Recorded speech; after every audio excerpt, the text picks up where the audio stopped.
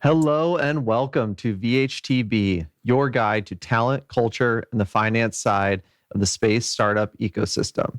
My name is Brian Mejeur of AdAstra Talent Advisors, and I am joined by Matt Gjertsen from Better Everyday Studios. Hello, how's it going? And Justus Kilian of Space Capital. Hey guys. Great. So today we're going to wrap up the third session where we each kind of focused on giving best practices and kind of high level process recommendations for our domain of expertise. So this time I'll lead the conversation and we'll discuss recruiting and how to best set up your recruiting practices in your startup. And so I'll just kind of start. I have maybe 6 points. So I'll try to be a little rapid fire with them so we can get through them all. I was like, how can I distill this down to 3? I couldn't quite do it. So we'll go with this, and please jump in as we go here. So the first point I wanted to get into was organization. I think people think that they can hire their first handful of people and it's not that much to keep track of.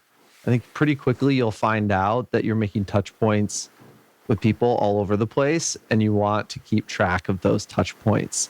So this is where a good applicant tracking system can go a long way. And there's a lot of good ones out there. So there's a lot of mediocre ones out there, I guess is what I'll say. So do some good research, find what works best for you, but then use that tool. Keep track of all of your notes of all of your candidates all along the way, and just make sure it's really well organized, because it'll start relatively simple. You'll think I can do this in a spreadsheet, and you can, but that will eventually break. So you'll want to move that into a system. So keep an eye out for that and make sure you have a good system in place from the beginning. One question on that is I was just going to say, I feel like in enterprise software, there's two kinds. There's ones that's very reasonable to start, and then there's ones that are like, they assume you're a Fortune 500 company right from the beginning. Where do most ATSs fall in that? Is it your early stage company? Is it just a pretty simple, $20 a month per seat in the system, or is it going to be like a $2,000 a month kind of enterprise thing? I'm sure there's a range, but where do they tend to fall? Yeah, it's a good question, and some of those specifics I don't have a ton of insight into, but yeah, I think you can get some pretty bare bones ones even for free or really low cost. Oh, great. Okay. Maybe at the free stage you might even be better off with a spreadsheet, but then pretty quickly, I would imagine you're in the hundreds of dollars range to start getting a tool that can start working for you. And then, it can get really, really expensive. But I think that there's been some good progress over the last, 10 years or so. And there's a lot of companies that have entered the space to try to make it compatible for early stage companies. And they're all trying to capture market share. And this space is also evolving a lot with AI. And so there's kind of new companies that are taking over. There's always a new ATS, common name we're hearing, and that changes every couple of years. I feel like it's often hard to get early companies to invest in systems or willingness to pay for services. And so is there one reason you think it's worth adopting the system early? I think it's just that you will really want to remember that coffee you had with somebody in 5 years when they're actually looking for something. You're going to want to remember when the employee that's not in your company anymore interviewed this person and what their notes were.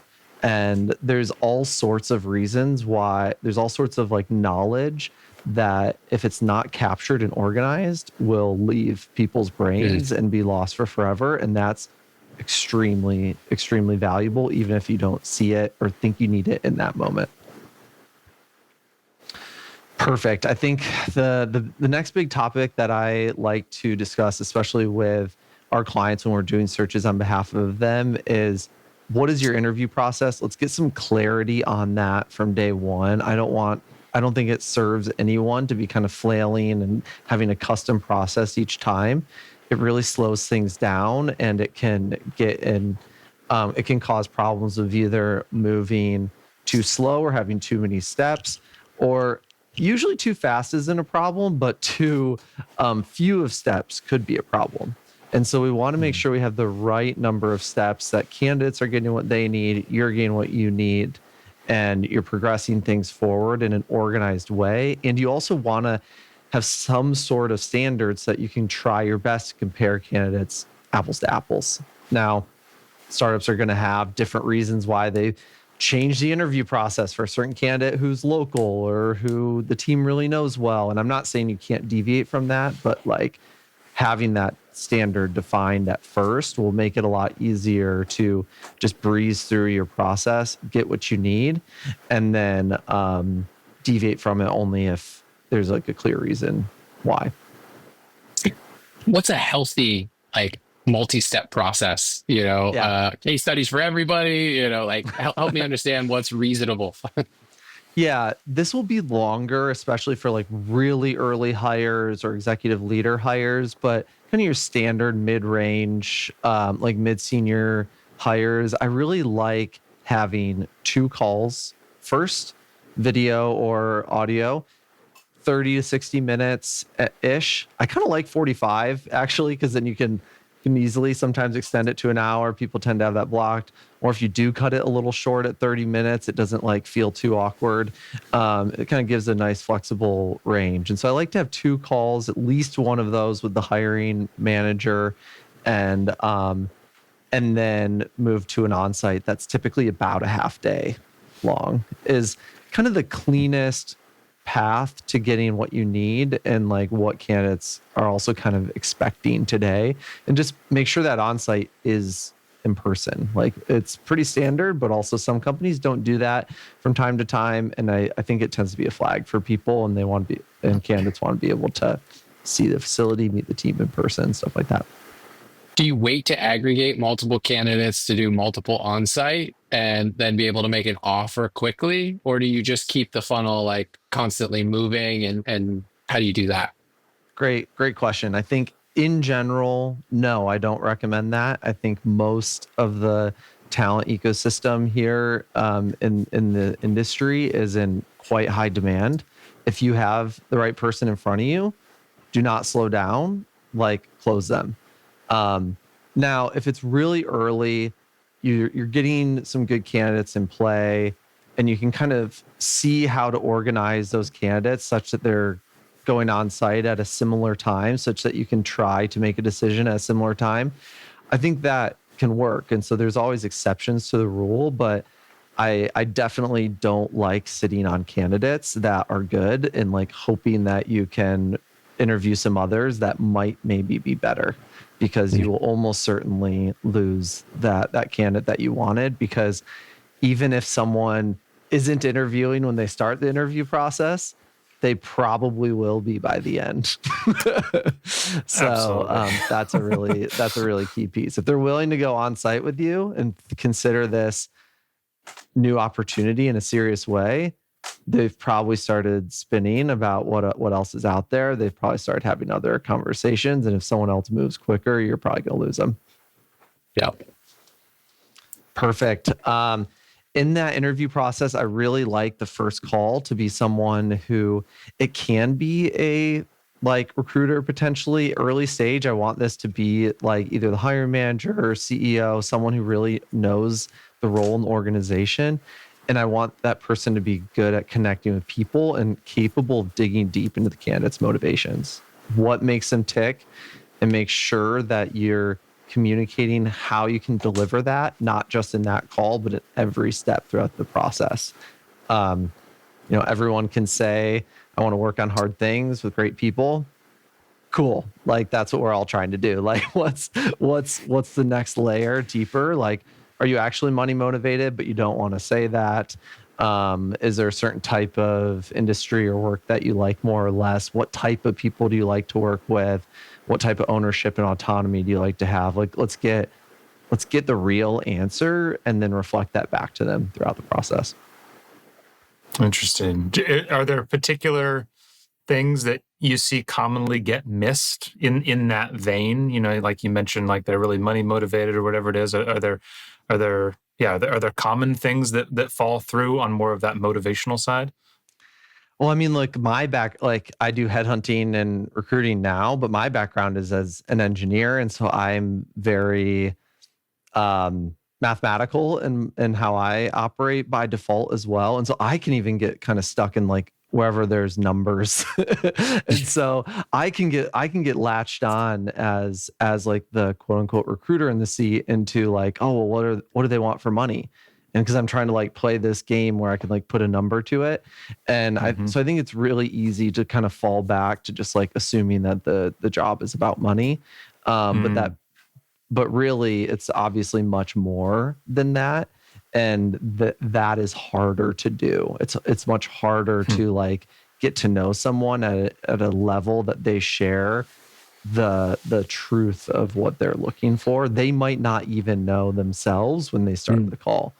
So excellent recruiters, headhunters, or other people in hiring are really great therapists, right? They're great at like connecting with people. They have really high EQ and can drive a conversation in a way that builds trust and builds authenticity and transparency such that you can kind of get clarity there and then revisit it throughout the process. If you don't get it in step one in that first call, they might not know, and that's okay.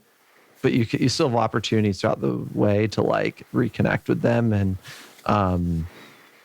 learn that and verify that.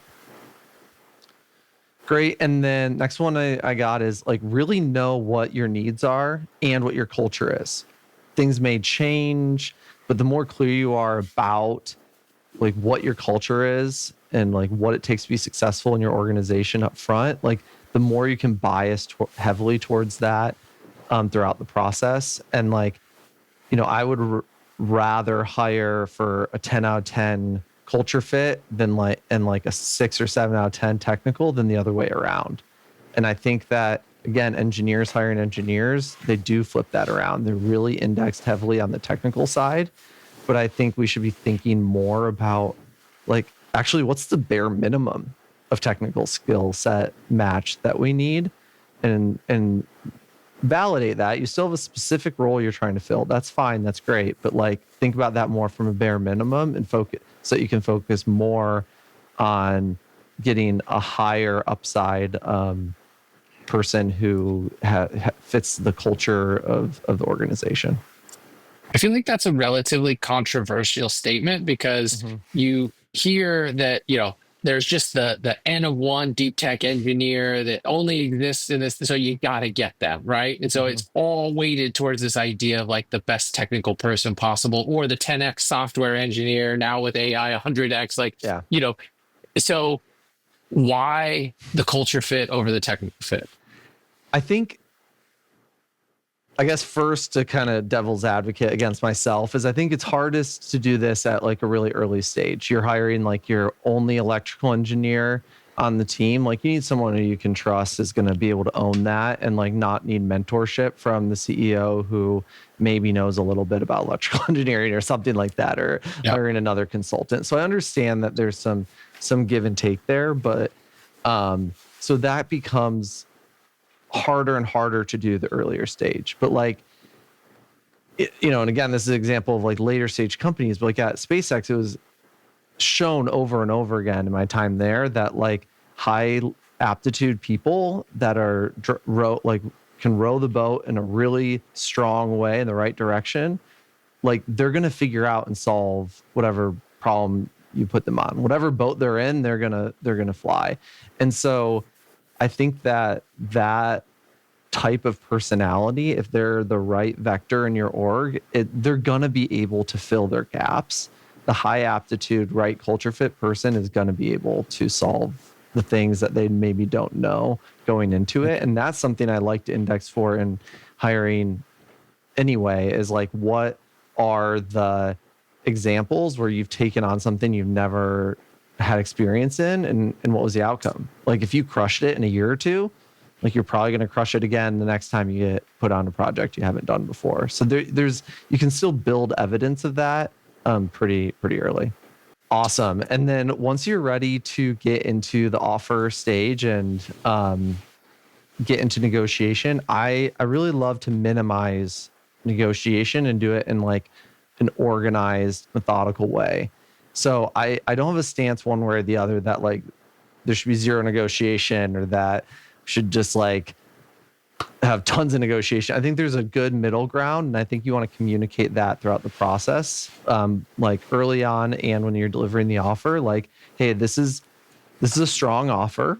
We're not coming in to try to lowball you. We're trying to give you what we can give you, and do this all verbally with whoever has the most trust with the candidate. So if you're working with us, interesting, with AdAstra, I actually think that a lot of times we are the most effective at delivering offers. And that might sound a little weird at first. Like it's not coming from the company directly, from the hiring manager. Like why? The reason is what we talked about earlier, which is like if I've built that rapport with a candidate and I've built that trust, I know what they're looking for, they are probably going to give me honest and direct feedback pretty quickly about that offer. And that is gold. And if you have someone who's a little bit removed from the decision making, they can play a sort of mediator type role in helping both parties get what they need to close the deal. And so in my shoes, I'm often delivering verbal offers in order to get that feedback, learn what both sides need and want to make in order to make this happen, and then helping both sides like move towards that. And it can be really, really effective. And I really love to see verbal commitments before a written offer is sent. It's not always possible, but I like to like get agreement on those terms, not only to save some overhead and back and forth, but I think this also can increase conversion rates. If someone says like, yeah, this sounds good, I'm in, like they're probably gonna sign that offer. So that tends to be a pretty effective strategy, and it gets candidates what they want too. I mean, that's a really effective. Go ahead. Go ahead. No, go for it, Justus. Just a comment. That is a really effective value proposition, for AdAstra. And like, if you are able to increase the closure rate of critical candidates, that negotiation process, that's incredible. So yeah, that's awesome. And I think that is really true. And we tend to have higher closure rates when we're involved in the negotiation process as well. Now, there have been times where a client comes to us, we kind of explain this, and they're like, great. And also we close like 95% of our offers. And I'm like, great. I'm not trying to break a system that works. And that we will deviate from that. There are some times that people just like don't trust a recruiter or a headhunter or whatever it may be. Like, I'm not trying to like insert and force myself there. Or sometimes the candidate has a really close relationship with someone on the team already, the hiring manager, or they just build that quickly. Like, great, they can serve a similar function and achieve it. But the reality is that a lot of times candidates are nervous to give honest and direct feedback, especially quickly, about compensation to their future employer, right? Like, I would be. I don't want to do that in a unfiltered way. And so we can often get that information in an unfiltered way and distill it down to like what's important and help both sides. I mean, simply put, there's a bit of a power dynamic and an information asymmetry there that you can help address both, which is clear. Yep.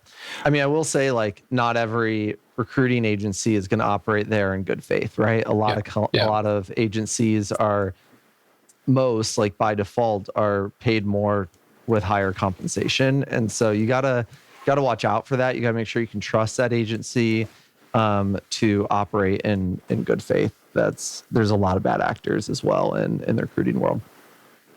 That makes sense. Great. Last bullet I have is that speed wins. So if you take too long, the candidate's likely to think less of you and your organization as a whole, because they're going to start or finish interviewing elsewhere if you drag your feet.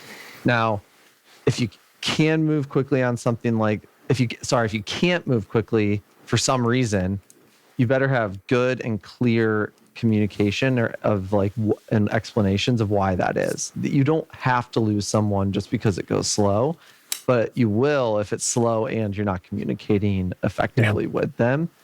And you might still lose them. That might still happen, but it's less likely. So I think it's really important to realize that like recruiting is marketing, right? We're in a small talent ecosystem.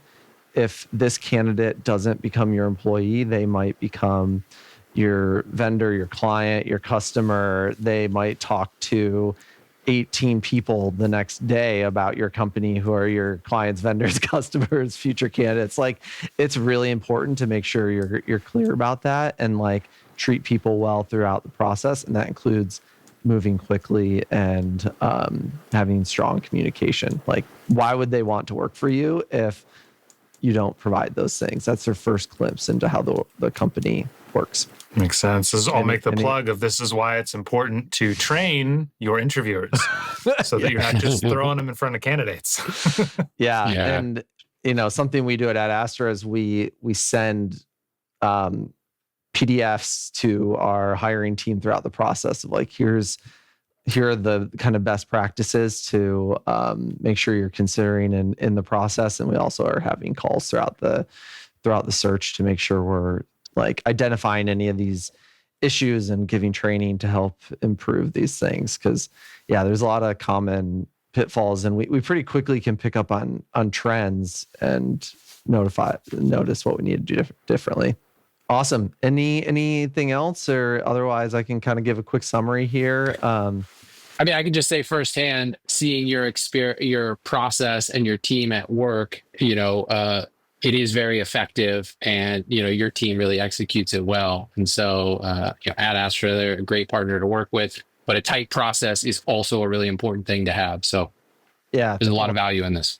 Thank you, Justus. I really appreciate that. And just kind of a quick note or an aside or plug here too, is noting that like a lot of what I just described, anyone can kind of own this process. And also a lot of times it's worth knowing that recruiting can often be more of a coordination effort of like just kind of scheduling things and moving people around in ATS. And frankly, that is what's really common in larger organizations. Whereas like earlier stage companies probably need people who are more capable of operating a little more like a headhunter if they don't have a headhunter on their team.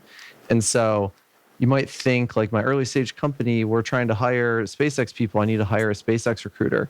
Now, I'm not saying there aren't good SpaceX recruiters, but they're largely managing applicants and they have a brand behind them. That is extremely different than your early stage stealth company that no one's ever heard of. Like, so just making sure people are like aware of that is like a really common thing that people aren't often thinking about when they're trying to like build their recruiting capacity. Great. Well, quick summary here, like talked on like 6 key points. First was having good organization of your information. A good applicant tracking system can go a long way. And then having a clearly defined interview process is key. And then digging into candidate motivations, ideally in that first call, and then reiterating those throughout the process. Number 4, knowing your needs and culture, knowing like what the bare minimum of what you need on the technical side is, and then knowing most importantly what type of person is successful in your organization. Number 5, trying to minimize negotiation and offers. Come in with a strong offer, have a good negotiator who can just work to help both sides get what they need, and just by tweaking the offer as needed, getting a verbal yes, and then signing it. And then lastly, speed wins. Make sure you know that recruiting is marketing and people are judging you and talking about you based on how you recruit. So that's all I got. Thank you so much for this fun conversation, Matt and Justus, and until next time.